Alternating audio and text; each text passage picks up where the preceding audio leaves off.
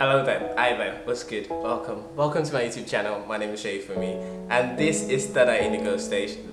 No, this is Indigo Station, but this is a Third Eye video. So I am going to be talking about our love blueprint. What exactly is love blueprint? What is your love blueprint? Let's get into the video. Know where you are. When I think about love blueprint, I like to think of it this way. Are you in love or are you in trauma? And when we're talking about love blueprint, I'm not just looking at it from the perception of you just being in a relationship or in an intimate romantic type relationship. It also plays out in how you interact with people in interpersonal relationships as well. So the two types, obviously there have to be two types of love blueprints. There are two types of love blueprints, which is the healthy love blueprint and the unhealthy love blueprint. So what exactly does this entail? What exactly is this about? Now, our love blueprint is formed from childhood. It's formed from our environment, from our interaction as a child, our family, our society, our education, literally our experiences and how safe we felt as a child or how loved we felt as a child. All these things translate into how we express ourselves as adults, how we perform, how we function in our relationships, romantic relationships, interpersonal relationships, workspace relationships. I said workspace relationships. So yeah, workspace, you know what I'm talking about. Well, don't let HR get to you, but I'm talking about the regular office relationships. But yeah, so all this, our love blueprint just I think is the way we lead. It is so obvious. It's just how you can see someone and say, oh yeah, that person has a bad attitude. That is just how obvious our love blueprint is. It shows how we interact with people, it shows how we talk to people, it shows how we accept our environment, how we accept people, how we understand things. It is also one of the things that shapes our core beliefs. And it's obvious, if you have healthy love blueprints, then you have some sort of healthy core beliefs. If you have unhealthy love blueprints, then clearly you do have unhealthy core beliefs. So let's take a look at the healthy love blueprint and the unhealthy love blueprint. So I'll start with the unhealthy first. It shows unhealthy love blueprint usually is common with people who felt the need to be someone else or quiet their voice as a child, or just they didn't get that security or the understanding or the love or the ability to express and understand their emotions better or process their emotions. Most people with unhealthy love blueprints, you find that they tend to experience some sort of instability in childhood, some sort of, experiences that may be related to PTSD, or experiences that may be related to codependency, or even just maybe having parents who are super strict. That also plays, because I think that's even common, because you don't get to express yourself as much as you'd like, or you don't even get the opportunity to express yourself at all. And when you do express yourself, it's either you're silenced, or it's either you're ignored, or it's either, there are different types of factors or incidents or situations that come to make up of unhealthy love blueprint. Another scenario I would use is, perhaps you had a caregiver. Our caregiver is, people that take care of us as a child, our society, parents, family, our first contacts, people, these are the people we get to understand love through. These are our first contact to love, our first contact to understanding what it is to be loved. This is why most of the time we carry on, you hear people say how you treat your parents is how you are in a relationship. Even though that, that philosophy or that belief system is kind of like defaulted in some ways, but it actually, there's truth to it. You have a caregiver, and your caregiver wasn't equipped to give you the care you need as a child, and you ended up being the caregiver's caregiver. There are some dynamics like that where you see the parent and the child, and you wonder, or you even hear the child say, sometimes I feel like I'm the parent. Those types of relationships contribute to unhealthy love blueprint. So what is unhealthy love blueprint like in a relationship? Okay, let me just, because I think I'm thinking about this too much, because it's just straightforward. I've been there, done that, I know what it's like, collected the receipt, and graduated out of the unhealthy love blueprint. Unhealthy love blueprint looks like codependency. It looks like obsession. It looks like lack of emotional depth. It looks like lack of boundaries, lack of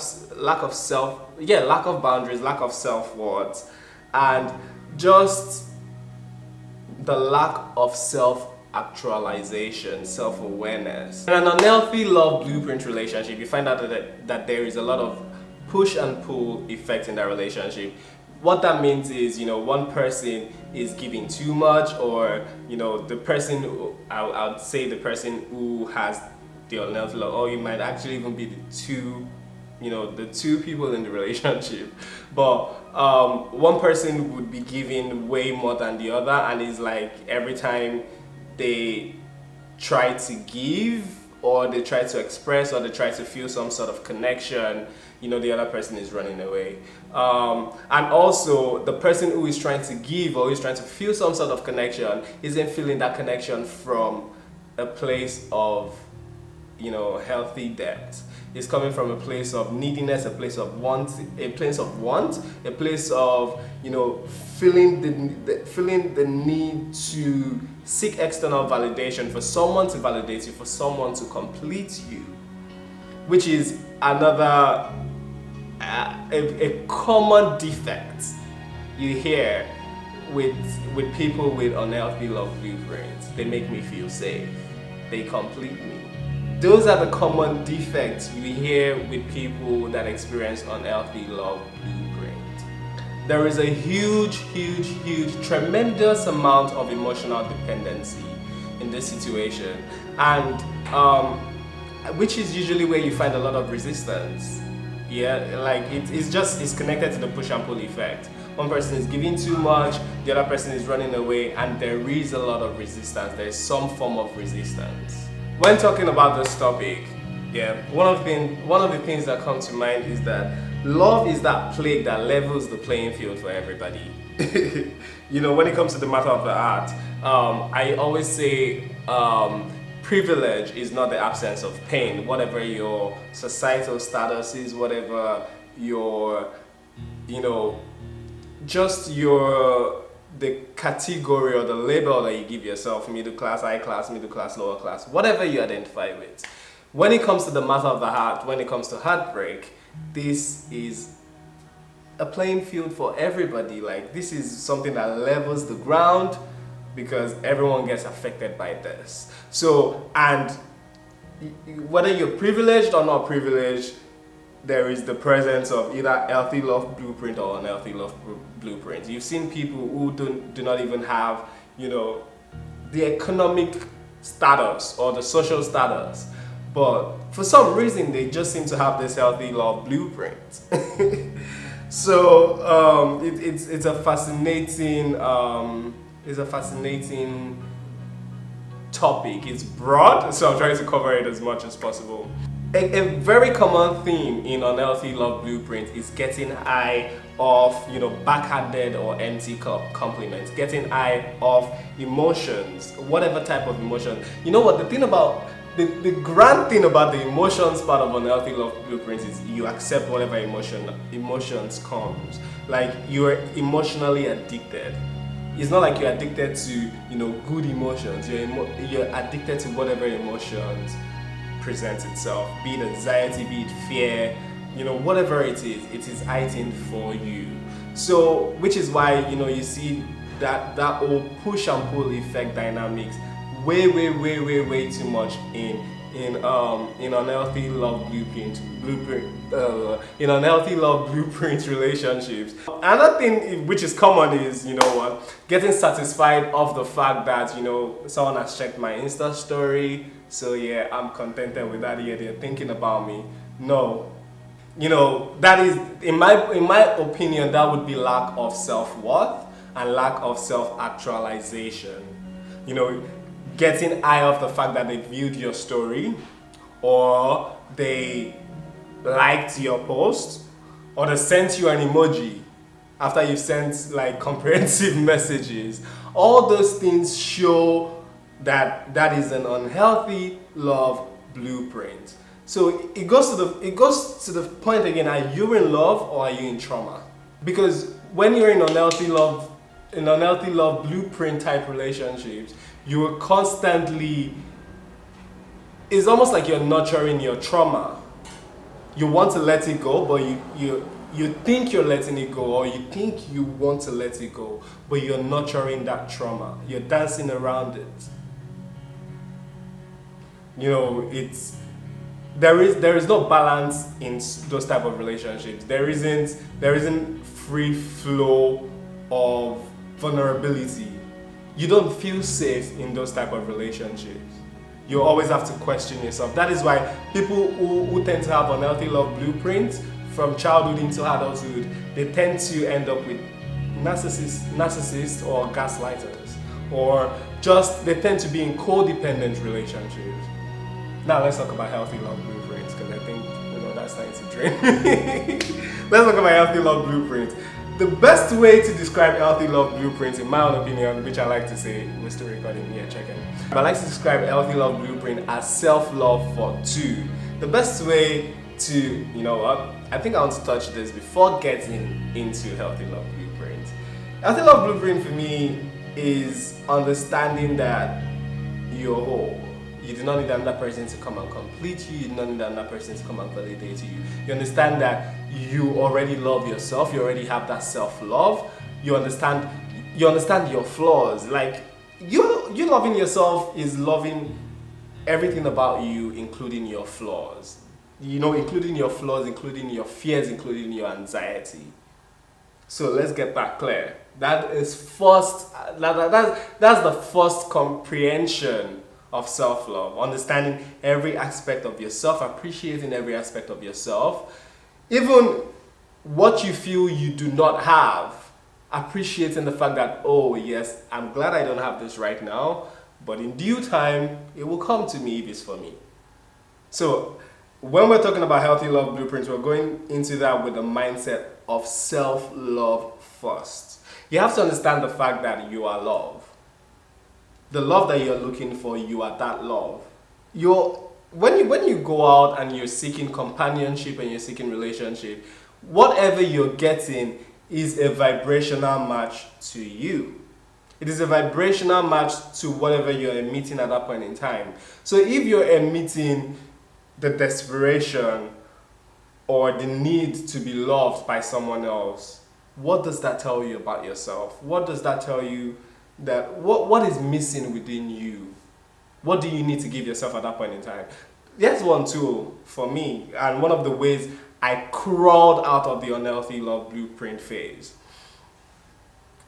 When I find myself needing validation from someone else or longing, say for example, I used to find myself in situations where you give way too much of yourself, including let's get into it, including text messages, because I'm the kind of person that I don't text. So when I text you, I'm like, I'm all in, and then you come and you don't get anything back.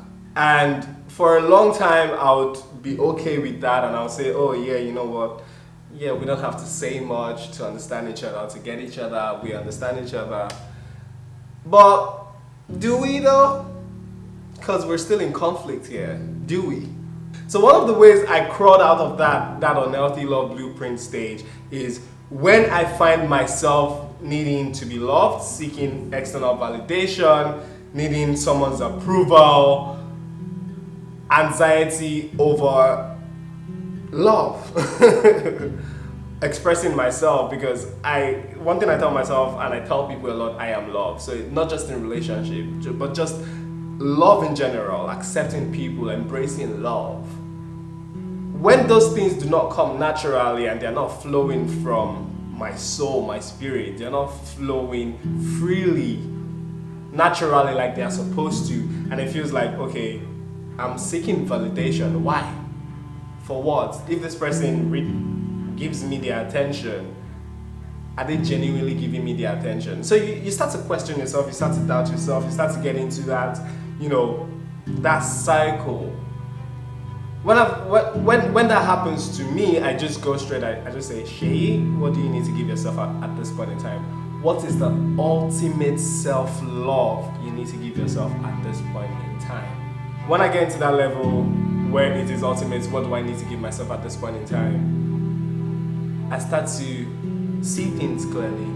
I start to understand why I was trying to seek validation at that point in time, or why I was trying to seek love externally outside of myself at that point in time. It starts to become clearer, because one of the things I do is, when I find myself in that stage, what do you need to give yourself at this point in time? First thing I do is self-love meditation. I give myself, embrace myself, give myself all the love I need. I ask myself for forgiveness in ways I haven't taken care of myself and appreciated myself more. So, if you already have that, and you're equipped with that, and you're able to navigate your self-love, and you know that you're not compromising your integrity, your beliefs, your values for anybody or anything, then you meet someone who is a vibrational match to all of that. How healthy is that? That is very healthy. Because vulnerability is safe in relationships like that. Self-love for two. You're able to express yourself, and being vulnerable is scary. Being vulnerable is very, very scary. But in situations like that, you're able to express yourself, you're able to share your fears, you're able to share your anxiety, you're able to share your struggles, you're able to share your happy moments, you're able to share everything without losing yourself. Not just that, there is that inter-independence. Yes, you're a union, you're coming together. It's like a collaboration, it's a partnership. But there is that inter-independence. There is no, this person completes me. The two of you only amplify each other's love. The other person does not need to, validate your love. You don't need the other person to validate you. You're both whole. Boundaries are present, there is authenticity.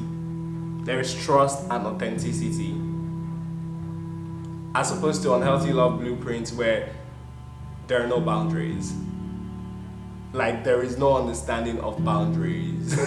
There is intrusion.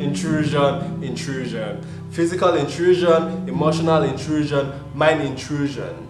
Whereas in healthy love blueprint relationship, you are connected emotionally, but they're not occupying endless space in your emotional void. You're able to do other things. You're able to focus on other things. You're able to give your priority to other things. I think it's pretty clear. I think I've shared pretty much on how to be able to identify these things, to see which one you identify with. And the ultimate thing you can use to rectify that isn't just to identify what areas that you feel that lack and why you're feeling that lack.